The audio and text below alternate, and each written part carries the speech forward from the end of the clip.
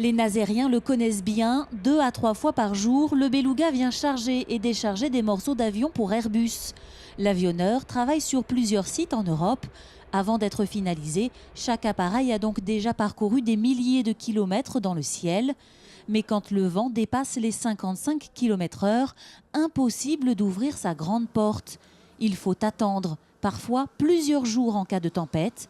Dans ce nouveau hall de 4500 m² baptisé Fly 10 000, les équipes pourront opérer jusqu'à 90 km/h de vent, car le nez du beluga est complètement abrité. Les portes contours viennent se fermer et épouser le fuselage du beluga. Une fois que le bâtiment est fermé et que le beluga est à l'abri, on ouvre sa porte cargo et ainsi peuvent commencer les opérations de déchargement d'abord et chargement ensuite.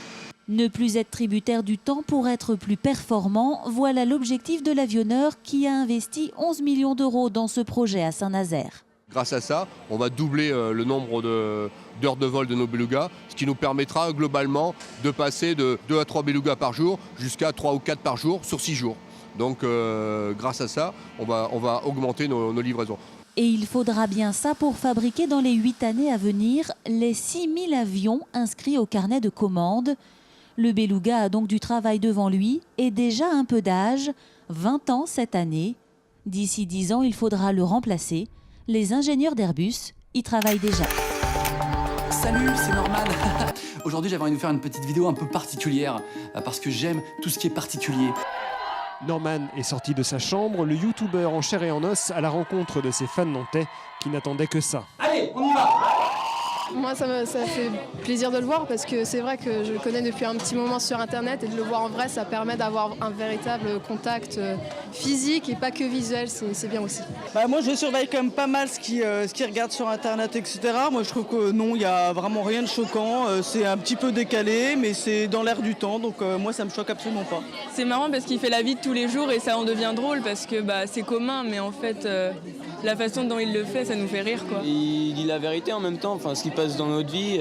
Oui, on se reconnaît vachement. La preuve, tous les jeunes sont là, c'est nous, quoi. J'ai l'impression d'être connecté à ces gens, il y a un truc qui se passe et c'est pas mal. Regarde, ça va ou pas? Moi, dès qu'il y a des gens, je suis heureux. De tous les âges, ça me fait toujours autant plaisir. Les parents comme les enfants, comme les gens entre deux. Voilà, à part les gens qui ont les bébés, ça m'intéresse pas. Mais j'aime bien tout le monde, vraiment. Plus d'1 millier de jeunes de 7 à 25 ans, 1 heure de dédicace seulement. Forcément, il y a eu des déçus et quelques bousculades. On est dans l'escalier depuis 1 heure. Ça fait 1 heure qu'on attend. On transpire tous, on est morts. Ils disent que Norman il est parti alors qu'il est encore ici. Après, il nous a fait des merdes. Norman est reparti en taxi, comme une rockstar.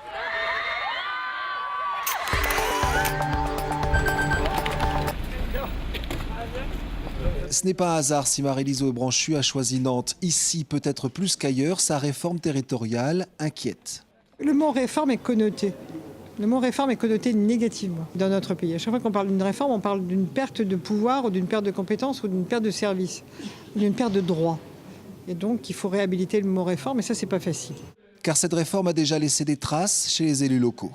Arrêtons le bashing de l'ensemble des élus locaux parce que nous avons un rôle économique majeur et ce sont des éléments dont je crois aujourd'hui on doit en parler parce que ça suffit d'entendre en permanence que les élus seraient achetés avec l'eau du bain. La réforme des collectivités locales, pourquoi pas, disent les élus, mais avec quels moyens si les aides de l'État diminuent? Nous, élus locaux, qui investissons avec des subventions des départements, des régions, eh bien, nous avons bien compris qu'il fallait souvent les oublier. Et pour faire une vraie réforme en profondeur, l'État rencontre encore beaucoup de réticences. Aujourd'hui, pourquoi garder 36 000 communes en France? Ça coûte beaucoup et on pourrait fusionner et aider à fusionner des communes. Et ça n'enlèverait pas de la proximité. Pour autant, il y a encore des gens et des élus locaux qui disent qu'il faut garder toutes les communes, il faut garder tous les départements, etc. Le mois prochain, le Sénat examinera le texte de loi sur les compétences des départements et des régions, mais la réforme territoriale en elle-même n'a pas fini de faire débat. Il reste quelques finitions, mais déjà les résidents de Malakoff peuvent souffler. Les travaux ont laissé place à ce nouvel espace et surtout à un supermarché flambant neuf et particulièrement attendu. Quand on voulait faire des grosses courses, il fallait aller à Carrefour-Beaulieu, donc ça fait une petite trotte. Il faut se taper toute la galerie marchande. Là, on est directement dans le magasin, il est grand, on trouve tout, donc c'est génial. C'est une bonne chose qu'ils ont fait et que d'autres magasins ouvrent et qu'il y a d'autres personnes qui viennent aussi à Malakoff. La place a pris le nom de Rosa Parks, cette femme noire américaine qui s'était illustrée dans les années 50 en luttant contre les inégalités raciales. Symbolique pour le cœur de ce quartier en pleine transformation depuis quelques années. En face, la Maison des Haubans et ses nombreuses associations. Pour elles aussi, la création de cet espace est une nouvelle étape. Enfin, les commerces qui vont ouvrir, les nouveaux bâtiments, le siège social de Nantes Habitat qui va arriver, c'est sûr que voilà, on est vraiment au cœur. Le fait d'avoir mis ce centre commercial à l'endroit où il va être, il va y avoir un mouvement de population qui va être intéressant. C'est important justement que ce quartier ne reste pas enclavé, justement. Qu'à Lacoff, il peut se passer des belles choses. Notamment grâce à toutes ces associations. 3 d'entre elles s'activaient aujourd'hui en cuisine pour que la fête de demain soit à l'image du quartier, belle et conviviale. C'est loin d'être son terrain de jeu favori, la communication. Les organisateurs de cette rencontre le reconnaissent. Il a fallu batailler ferme pour convaincre Valdemar Kita. Je crois que c'est une personnalité entière, qui a des idées arrêtées, qui a peut-être une conviction un peu extrême d'avoir souvent raison, toujours raison peut-être. Mais il avait des choses à dire sur le FC Nantes, sur ce qu'apporte le club à l'image de la ville et surtout sur ses projets d'ici 10 ans. Implication des anciens du club, création du comité des sages, création du musée dédié au FC Nantes. Mais les vieilles rancunes persistent de ne pas avoir pu reprendre le club dès 1998 et surtout son projet de nouveau stade à la Beaujoire, le maire Jean-Marc Ayrault n'en voulait pas. Je lui ai dit, le conseil que je puisse vous donner avec mon expérience personnelle, ne retapez pas le vieux. Si vous voulez retaper le vieux, restez comme ça, parce que ça ne sera pas bon. Et j'ai dit, si vous voulez faire, faites quelque chose de nouveau, sinon ne faites rien. Et sur ce point, il a réussi à trouver des alliés dans la salle. On ne restera pas au niveau où on est si on n'a pas un stade adéquat. Et il a cité les 7 ou 8 villes qui sont en train de faire des stades de ce niveau-là. Nous n'y sommes pas. Lui en est convaincu, comme il dit lui-même. Il attend simplement que la mairie change d'avis. Ce que veut démontrer l'article du Canard enchaîné, c'est que le permis de construire prévoit un aéroport plus petit et sans doute low cost en termes de services et d'emploi. Un exemple concret, le hall des départs et d'arrivée ferait 2670 mètres carrés à Notre-Dame-des-Landes. L'actuel à Bougnay fait 4200 mètres carrés. Et tout va dans le même sens. 28 comptoirs d'enregistrement prévus à Notre-Dame-des-Landes, dont 12 automatiques contre 34 actuellement. Des salles d'embarquement plus petites, moins de postes de contrôle, moins de passerelles pour embarquer, moins d'espace de parking pour les avions. D'après le sous-préfet Doré, chargé du dossier Notre-Dame-des-Landes à la préfecture de Loire-Atlantique, impossible de comparer un aéroport construit de A à Z aujourd'hui avec un autre datant de plusieurs décennies. Le futur aéroport sera moderne, doté de nouvelles technologies, d'une nouvelle organisation. Il sera plus compact et évolutif. Ce permis, précise la préfecture, est en fait déjà caduc. Il ne sera pas validé tel quel. Il va être modifié pour s'adapter à une base de 5 millions de passagers. L'instruction du permis de construire est donc loin d'être finie puisque le dossier dans son ensemble a pris du retard. Pour rappel, l'avenir du projet est suspendu aujourd'hui au recours déposé contre les derniers arrêtés préfectoraux en décembre 2013. Je voudrais réagir, et ce n'est pas coutume, mais il me semble que le sujet est suffisamment grave pour le faire, à un tweet. Ce tweet, le voici, signé du conseiller municipal UMP Xavier Fournier. Il pointe la prise de position de Johanna Rolland en faveur du droit de vote des étrangers aux élections locales, une vieille promesse du Parti socialiste jamais honorée. Ce serait le choix du communautarisme selon l'élu UMP, un gros mot dans le débat politique actuel.